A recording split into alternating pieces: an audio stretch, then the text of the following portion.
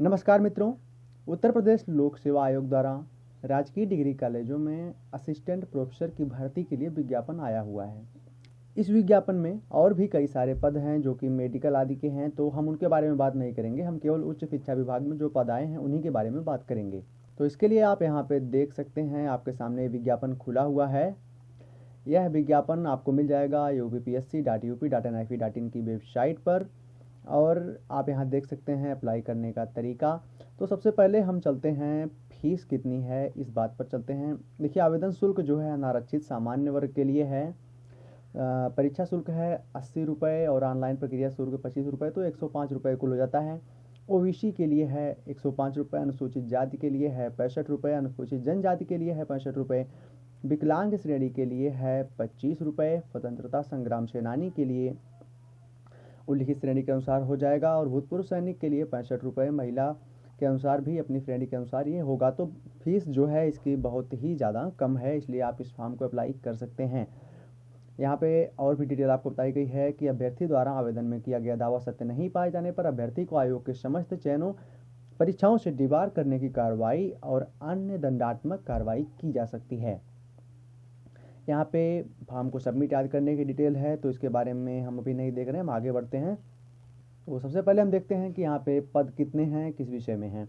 उत्तर प्रदेश गृह विभाग, पुलिस विभाग में यहाँ पे रेडियो आदि के लिए पद हैं, रेडियो सेवा के लिए। तो यहाँ पे आप देख सकते हैं इलेक्ट्रिकल आदि से हों, तो फिर हम अभी इसके बारे में बात नहीं कर रहे हैं। हम बात करेंगे उच्च शिक्षा विभाग उत्तर प्रदेश की। उत्तर प्रदेश राजकीय महाविद्यालयों में निम्नलिखित विषयों में असिस्टेंट प्रोफेसर पद हेतु सीधी भर्ती द्वारा चयन। सामान्य चयन पद का स्वरूप जो है राजपत्रित है, अस्थायी है, किंतु बाद में स्थायी होने की संभावना है। वेतन बैंड जो आपका देखिए 15,600 रुपये से शुरू होकर 39,100 रुपये तक ये वेतन बैंड है।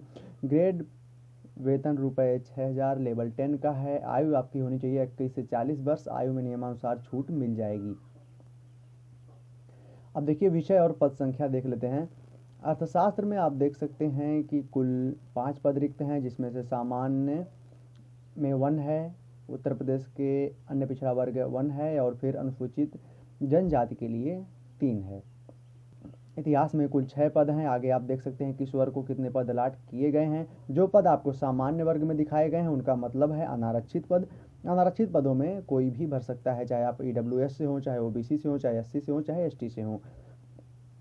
और आप यहाँ पे देख पाएंगे कि कुछ ऐसे विषय आपको दिखाई देंगे जिसमें लगेगा कि किसी एक वर्ग को ज़्यादा पद अलाट किए गए हैं। जैसे आप अर्थशास्त्र में देखिए तो यहाँ पे अनुसूचित जनजाति के 3 पद हैं, लेकिन अन्य पिछड़ा वर्ग का केवल 1 पद है, और सामान्य वर्ग का भी केवल 1 ही पद है।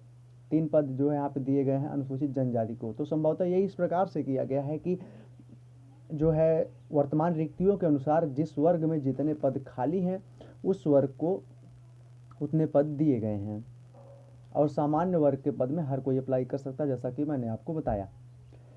और यहाँ पे आप अगर देखिए इतिहास में देखिए 6 पद हैं, सामान्य वर्ग में 3 पद रखे गए हैं, ओबीसी में कोई पद नहीं रखा गया है, उत्तर प्रदेश के अनुसूचित जनजाति में 2 पद हैं, और एसटी में 1 पद है।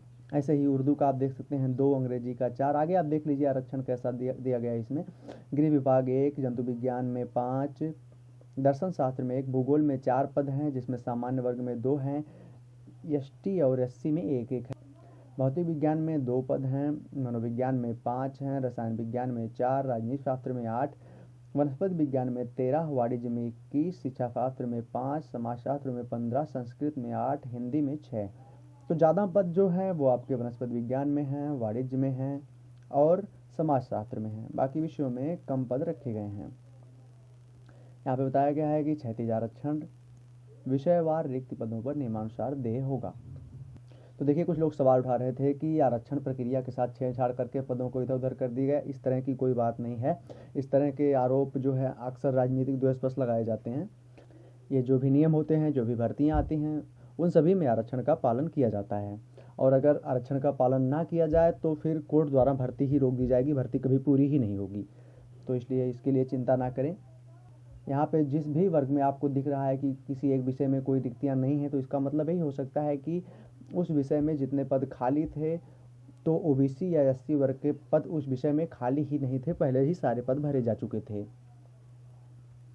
तो कोई दिक्कत नहीं है। आप जनरल वर्ग में तो सभी लोग अप्लाई कर ही सकते हैं। आगे बढ़ते हैं और देखते हैं कि इसके लिए योग्यता क्या है। आगे बढ़ते हैं और देख लेते हैं यहाँ पे योग्यता क्या है। तो यहाँ बताया गया उत्तम शैक्षणिक अभिलेख में कम से कम आपका स्नातक उपाधि न्यूनतम द्वितीय श्रेणी प्राप्तांक के साथ किसी भारतीय विश्वविद्यालय संबंधी संगत विषय के साथ 55% के साथ स्नातकोत्तर उपाधि होनी चाहिए। मतलब आपका जो है ग्रेजुएशन जो है कम से कम सेकेंड डिवीज़न में पास होना चाहिए और फिर पीजी में आपके कम से कम 55% अंक होने चाहिए।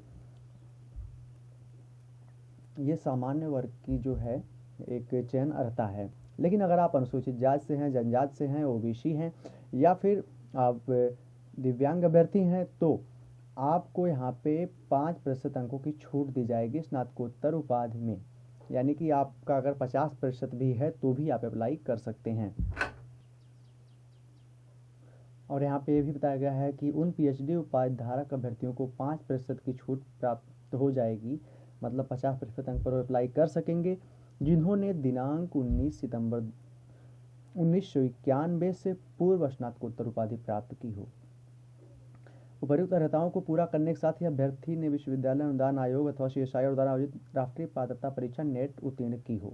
तो यहाँ पे नेट होना आपका अनिवार्य है, इसके बिना आप यहाँ पे अप्लाई नहीं कर सकते हैं। या फिर अगर आपके स्टेट में सेट हुआ है तो यहाँ पे स्लेट या सेट उत्तीर्ण की हो। क्योंकि उत्तर प्रदेश में ये चीज़ें हो नहीं रही तो आपको नेट होना अनिवार्य है। या फिर वे अभ्यर्थी जिन्होंने पीएचडी उपाधि प्राप्त कर ली हो 11 जुलाई 2009 से पूर्व पीएचडी कार्यक्रम के लिए पंजीकृत उपाधियों को उपाधि प्रदान करने वाली संस्था के तत्कालिक विद्यमान आदेशों बंधों द्वारा अभिशासित होंगे। तो ऐसा नियम बताया गया है कि 11 जुलाई 2009 से पूर्व जिन अभ्यर्थियों ने पीएचडी कर ली है उनको भी नेट, स्लेट और सेट पे छूट मिल जाएगी। यहाँ पे आपने पीएचडी कैसे की है उसके कुछ नियम भी हैं, तो यहाँ पे आप उसे देख सकते हैं। और अधिक जानकारी के लिए आप नोटिफिकेशन को पढ़ सकते हैं। मेरा कहना है कि आप इस फॉर्म को अप्लाई करने से पहले नोटिफिकेशन को ज़रूर से ज़रूर पढ़ लीजिए। अब हम आते हैं सामान्य अनुदेश पर। यहाँ पे आप देख सकते हैं कि जो अंतिम तिथि है वो है 21/12/2020 और आवेदन प्रारंभ हो चुका है और सबमिट किए जाने की जो अंतिम तिथि है 24/12/2020। और यहाँ पे देखिए नियम और अर्हताएँ कुछ चीज़ें ऐसी बताई गई जिनको आपको जानना ज़रूरी है।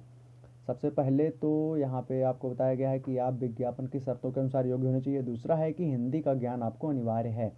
और आयु गणना की निश्चायक तिथि जहाँ से आयु ली जाएगी वहाँ है 1 जुलाई 2020। यहीं से आपकी आयु गणना की जाएगी। 21 वर्ष और 40 वर्ष के बीच आप हैं कि नहीं, यहीं से गणना होगी 1 जुलाई 2020 से। और देखिए आयु में छूट किसको मिलेगी? उत्तर प्रदेश के अनुसूचित जाति, अनुसूचित जनजाति, ओबीसी, उत्तर प्रदेश के वर्गीकृत खेलों के कुशल खिलाड़ियों, केवल समूह खा और गा के पदों हेतु तथा उत्तर प्रदेश राज्य सरकार के कर्मचारियों के लिए अधिकतम आयु सीमा में 5 वर्ष की छूट प्राप्त होगी। मतलब अगर आप 45 वर्ष के हो गए तो भी आप यहाँ पे अप्लाई कर सकते हैं। यह छूट केवल उत्तर प्रदेश के मूल निवासी अभ्यर्थियों को ही अनुमन्य होगी। बाकी डिटेल आप नीचे देख सकते हैं। और फिर हम आगे बढ़ते हैं।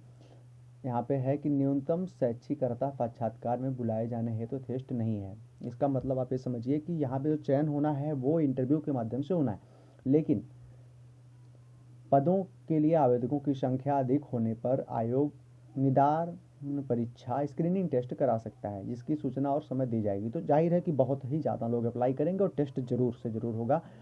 तो ये मान के चलिए कि आपको टेस्ट में बुलाया जाएगा। स्क्रीनिंग टेस्ट वस्तुपरक प्रकारक आयोजित किए जाने की स्थिति में अभ्यर्थियों द्वारा दिए गए गलत उत्तरों के लिए निगेटिव मार्किंग भी दी जाएगी। प्रत्येक प्रश्न के लिए 4 वैकल्पिक उत्तर हैं और अगर आपने एक उत्तर गलत किया तो आपके 1/3 अंक काटे जाएंगे। जितने अंक उस प्रश्न के लिए निर्धारित हैं उसका 1/3 काटा जाएगा, मतलब कि 33% की समझिए माइनस मार्किंग है। अगर आपने कोई प्रश्न छोड़ दिया है तो उसका जो है दंड नहीं दिया जाएगा, उसका कोई आपका अंक नहीं काटा जाएगा। यहाँ पे बताया गया है कि साक्षात्कार के समय आपके सभी मूल प्रमाण पत्रों की आवश्यकता होगी। और फिर हम आगे बढ़ते हैं। यहाँ पे ऐसा कुछ खास नहीं है, फिर थोड़ा सा आगे बढ़ के देखते हैं। हाँ देखिए, एक और चीज़ यहाँ बताई गई है। आपराधिक वाद लंबित होने, दोषित होने, एक से अधिक जीवित पति पत्नी के होने, तथ्यों को गलत प्रस्तुत करने तथा अभ्यर्थन चयन के संबंध में सिफारिश करने आदि कृत्यों में लिप्त पाए जाने पर अभ्यर्थन निरस्त करने का और आयोग की परीक्षाओं चयनों से प्रतिवादित दीवार करने का अधिकार आयोग को होगा। इसका मतलब ये नहीं है कि अगर आपके ऊपर कोई आपराधिक वाद लंबित है, कोई केस चल रहा है तो आपको डिबार कर दिया जाएगा, लेकिन आयोग के पास डिबार करने का अधिकार है। वो चाहे तो कर सकता है, लेकिन ऐसा नहीं है कि होगा तो कर ही देगा, नहीं। यहाँ पे देखिए, अगर अभ्यर्थी को ऑनलाइन आवेदन में कठिनाई हो रही हो तो वेबसाइट पर कॉन्टैक्ट अस से जो है वहाँ संपर्क कर सकते हैं। इसके अतिरिक्त कोई खास जानकारी डिटेल इसमें नहीं है। तो ये हो गया आपके लिए पूरा नोटिफिकेशन। अगर कुछ जानकारियाँ मिस हो गई हैं, जाहिर है कि वीडियो बहुत लंबा नहीं हो सकता है, तो फिर अगर आप कुछ और भी जानना चाहते हैं तो आप इस नोटिफिकेशन को ज़रूर पढ़ लीजिए, और अगर आप फार्म को अप्लाई करने जा रहे हैं तो एक बार कम से कम पूरा नोटिफिकेशन ज़रूर से ज़रूर पढ़ लें। अगर वीडियो पसंद है तो लाइक करिए और चैनल के साथ जुड़े रहिए। Thanks for watching.